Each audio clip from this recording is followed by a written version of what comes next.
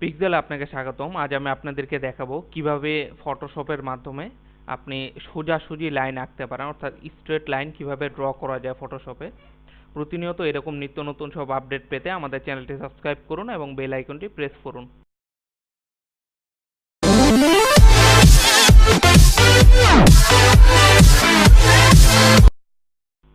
প্রথমে আপনি ফটোশপটা ওপেন করুন।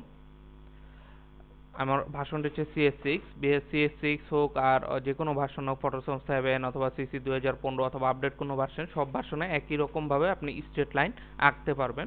প্রথমে ফাইলে গিয়ে নিউয়ে গিয়ে আমি এক এক আটশো একটা ডকুমেন্ট নিয়ে নিলাম।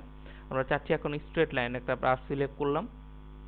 এখন আমরা যদি এভাবে দাগ দিই তাহলে দেখবো একটু আঁকা বাঁকা হয়ে যায়, কখনোই এটা সোজা আঁকা কষ্টকর, মানুষ কখনোই এটা সোজা আঁকতে পারবে না।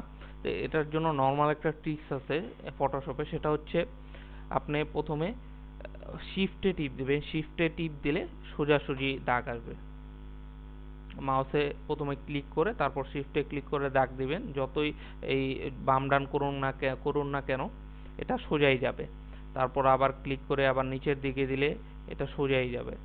অর্থাৎ আপনি শিফটে টিপ দিয়ে মাউসের বাম বাটনে ক্লিক করে যদি শিফটে টিপ দিয়ে দাগ দেন তাহলে যেটাই যেভাবেই করেন না কেন এটা সবসময় সোজাই যাবে, এটা বাঁকা হবে না।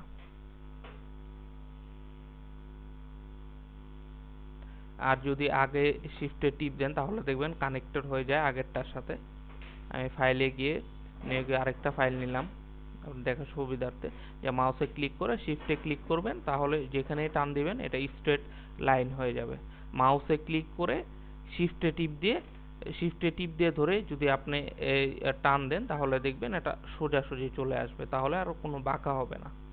আশা করি কিভাবে স্ট্রেট লাইন ফটোশপের মাধ্যমে আঁকতে হয় সেটা আপনারা বুঝে গিয়েছেন।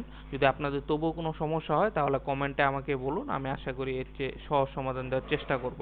টিউটোরিয়ালটি দেখার জন্য আপনাকে ধন্যবাদ। যদি আপনাদের কাছে আমাদের ভিডিওটি ভালো লেগে থাকে তাহলে please subscribe our channel and press the bell icon.